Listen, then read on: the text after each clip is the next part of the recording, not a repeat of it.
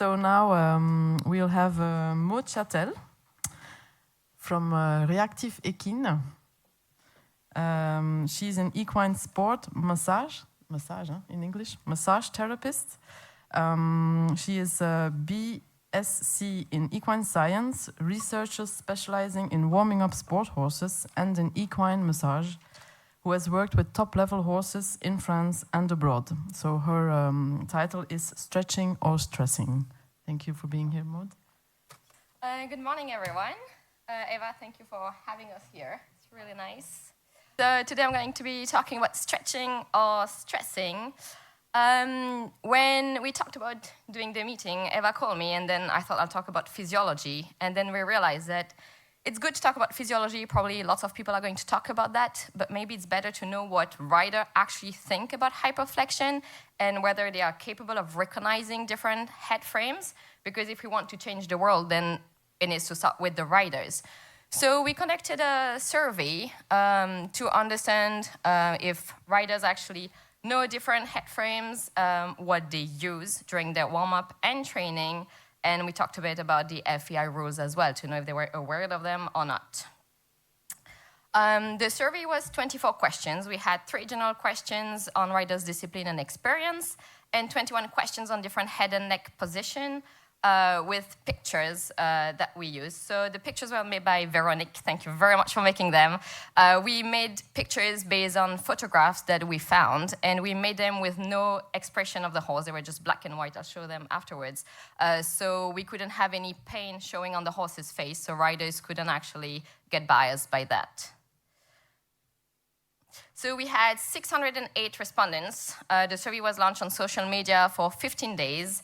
I put the discipline, so we had mostly leisure riders, but we also had some dressage, show jumping, eventing, hacking, endurance riding, western riding, and in the other category, people were able to write what they were doing, so it was mostly polo riders. We also had some people just doing groundwork with their horses, and even some race people. So years of experience, as we can see, most people had over 10 years of experience riding, which is quite good because technically if they've been riding for a long time, they should know more about working the horses and the physiology of it. We asked them about their job as well, whether they were working with horses or not. So most of them, nearly 70%, didn't work with horses, so they were just riders. We had some professional riders, coaches, vet, osteo, farrier, massage, shiatsu, and in the other category we had groom, vet nurse, and student in equine subjects. So we asked them if they had heard about the terms hyperflexion, stretching, neck extension. We don't really use that in English, but in French we use it a lot, neck extension. LDR, roll call. So those were just, we didn't ask them if they actually knew what it meant, but if they had heard about those terms. So as you can see, for roll call and LDR, we have a clear trend that if people have been riding over 10 years, they had heard about those terms more than people who had been riding for less than 3 years or 3 to 5 years, which means that actually the more you ride, the more you come across different terms.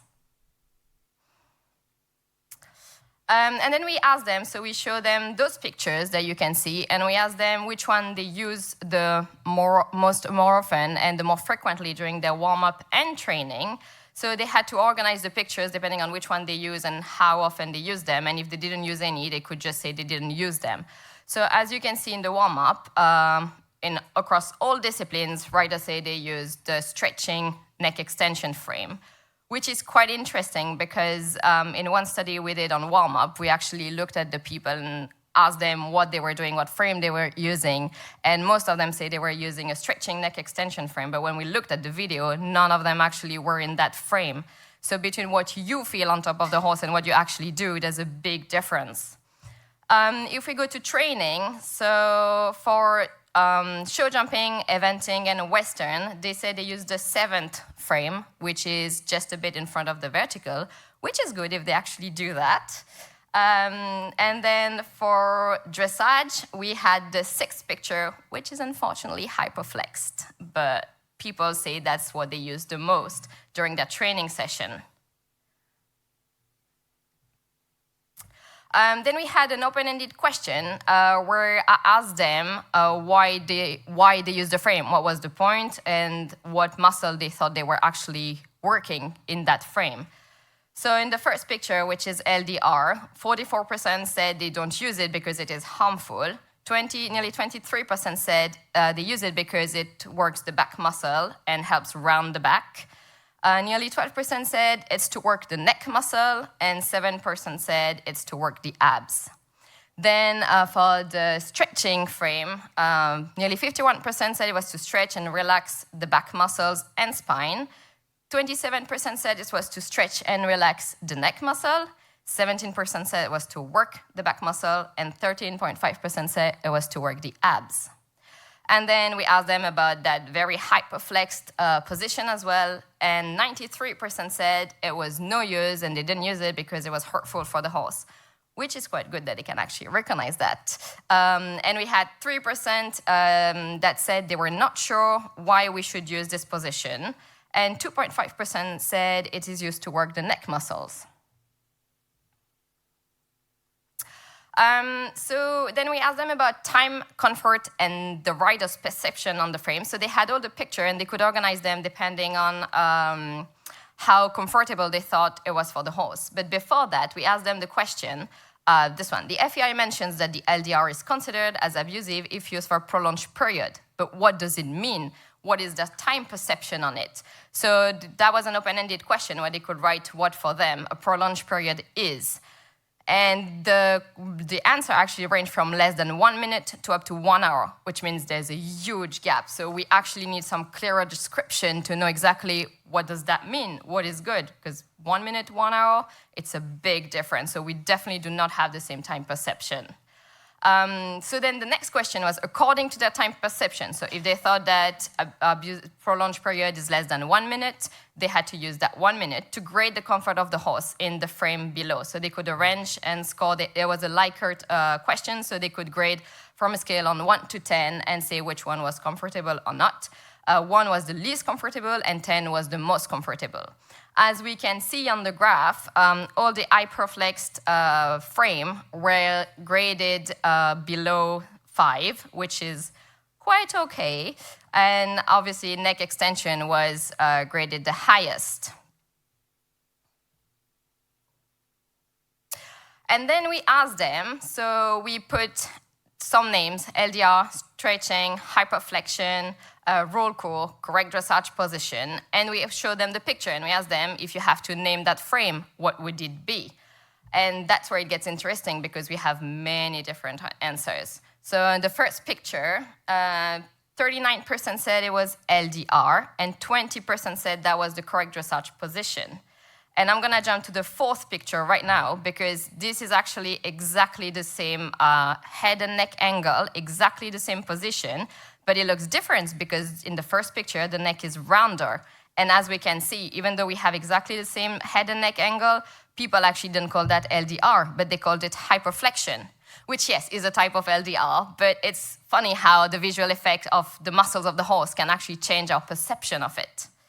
In the second picture, so 51% said that was the correct dressage frame. So I'm not sure whether they mean that's what they would like to see on the dressage test or not. And the third picture, well, 33% said was stretching and 48% was neck extension. And then we went on with all the pictures because it was interesting to know what they were really thinking. So for the fifth picture, 59% said that was roll call, and 36% said that was hyperflexion, which means that people don't actually really know what roll call is, because everyone in the room, I think, would have said that was roll call. Picture 6, they say that was the correct dressage frame for 50%, and then picture 7, it was graded as hyperflexion in 45%. And picture 8, again, it was graded as hyperflexion in 49%, and only 19% said that was roll call. And then the last two pictures, 49% said it was the correct dressage frame, and 34% said it was hyperflexion, which is strange because it's not for once. So that's where we see we have a problem. So is it because maybe the neck is raised that much that people actually think that's also hyperflexion because they don't actually understand what hyperflexion is? So that's where we need to actually talk more about it and explain really what it is instead of saying it's bad. Maybe show them what a true hyperflexion is. And then the last picture, 48% said it was a correct dressage position and 11% said that was LDR. So again, we can see that people really have trouble naming the frame. So according to their answer, I just show what came out the most. So LDR for the riders was this picture that I show under for 39%. Neck extension, stretching, that was the easiest for the people to see. What they called a hyperflexion the most was the picture we see, which is exactly the same one as the first one, actually. And roll call for 59% was where the neck is very round and the nose touching the chest of the horse. So now it's interesting also to know what the correct head and frame according to the FEI is. So I went onto the FEI website and checked the object and general principles of dressage and para-dressage, and this is what they write. The acceptance of the beast with submissiveness and thoroughness without any tension of resistance. So submissiveness is a bit harsh, I think, and that's also something we need to work on, because using submission for riding a horse should not really happen anymore in the FEI. Should be very careful with the terms they use. And then they say, in all the work, even at the horse must be on the bit. A horse is said on the bit when the neck is more or less reared and arched according to the stage of training and the extension or collection of the pace, excepting the bridle with a light and consistent soft submissive contact. Again, we have this term. The head should remain in a steady position as a roll slightly in front of the vertical with a supple pole at the highest point of the neck, and no resistance should be offered to the athlete. So now the FEI actually says that the correct position is with the nose in front of the vertical, but do we see that on dressage during the dressage test in high level or even during the warm-up? Not really. So, and as we saw some study, there are actually studies that showed that horses that were hyperflex actually get higher grades. So how come the judges don't actually follow the rules? It's written in the rule book of the FEI, so why are they not trained to follow that? So this is an issue as well. And then according to the survey, this is what riders actually graded as the correct frame, where we see that the first one is slightly hyperflex, and that was graded as 49.6% as the correct frame. Then we asked them also about the rules on the LDR and roll call. So we asked them again that question: did you know that LDR used for prolonged time or excessively is considered as hyperflexion and abused by the FEI rulebook? 34% were aware of that, 18% were still not sure what LDR was, and the others knew about it.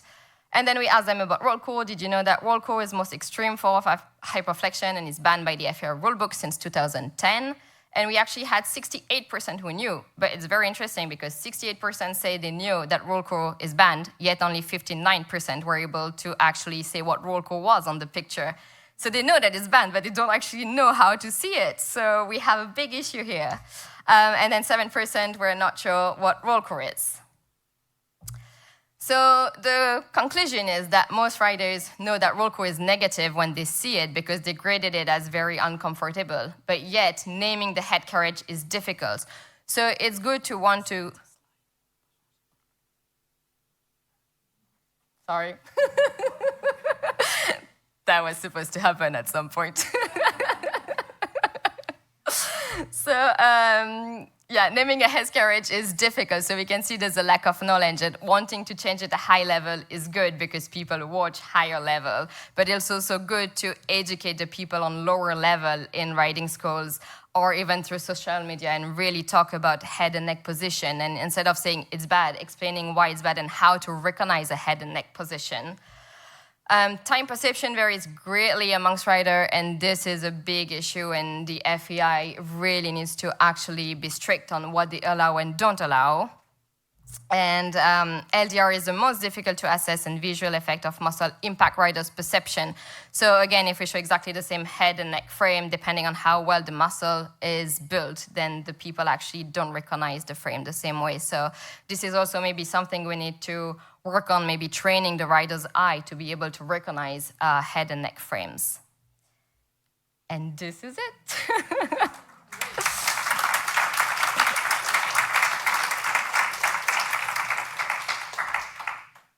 Thank you very much, Maud. This was very interesting. Thank you very much for having taken the time to do this little survey, big survey, on your social media. So that's what social media are good for too.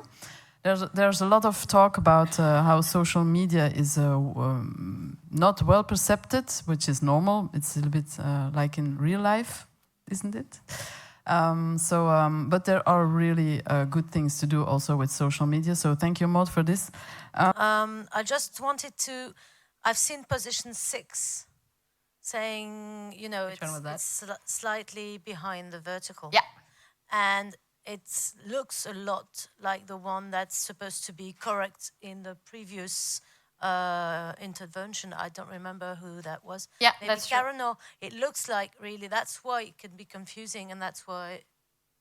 This is true, and this is where we actually need to get more infos out on what should be correct, and also the judges should actually be careful on how they grade rider during a show, because if we agree that hyperflexion is the correct dressage position, then definitely we have an issue. And this is where we actually need to get some infos out and be like, the FEI says that the nose should be in front of the vertical, that should be respected during dressage test, but even at home. So, and I don't think people really know, because with the survey, I actually got lots of private messages, and they were like, yeah, but the correct dressage position should actually be with the nose perpendicular to the ground, and this picture wasn't shown. So, but because that's what we've heard, I mean, that's what I heard when I was a kid and riding in riding school, but this is actually not true. Technically, if we follow the rule book, the nose should be slightly in front of the vertical. Yeah, and also it's confusing for the coaches, because we are shown something that we're supposed to be, that is supposed to be the aim of what we're supposed to be able to practice on the show, and it's not right. I know. As a training. And I think that's why the meeting is here, is so we can actually get the infos out. And if the judges actually grade you better if your horse is slightly in front of the vertical, then obviously you'll want to aim to that. So during training, you will also try to aim to that. So I think that's pretty much what the meeting is about. I also wanted to say something about you had one of the drawings with the nose slightly in front of the vertical with the heck very raised, which several people have called hyperflexion, and I can understand it because the pole is very, very, very flexed in this position. So I think people could call this hyperflexion because when the horse's neck is very high, and even if the nose stays in front of the vertical, they might call this hyperflexion because they feel that the horse is hyperflexed at the pole. Maybe it's therefore that they... Yeah, maybe because we put strain on the cervicals. Yeah, maybe. Yeah. Okay. So thank you very much, everyone. Karin, quickie. Oh, no coffee otherwise. Well, I just like to add something to the discussion, because nowadays I also see horses actually with the nose at the vertical or slightly in front of the vertical, but the lower neck is still dropping and the sternum is dropping, so you get that S shape in the neck. So if we define the correct posture, we should look at more things than just the nose in front of the vertical or at the vertical, and the neck being, or the pole being, the highest point. Yeah. But thank you very much. This was a wonderful presentation. Yeah, I totally agree with that. But because the meeting was really about hyperflexion, yes, I couldn't concentrate on the whole body of the horse. But yeah, otherwise I totally agree. And I also, I got lots of private messages that said, well, it's a bit difficult because we don't know if the horse is actually working properly and pushing from behind and with the neck, with the background. But it's difficult to deal with everything in a short time. So. Yes, I know, but I think it would be really good if we end up with good examples, which we all agree on, with really good explanation that people can train their eye to. Yeah, definitely. Yes, so thank you very much. Wonderful. Thank you.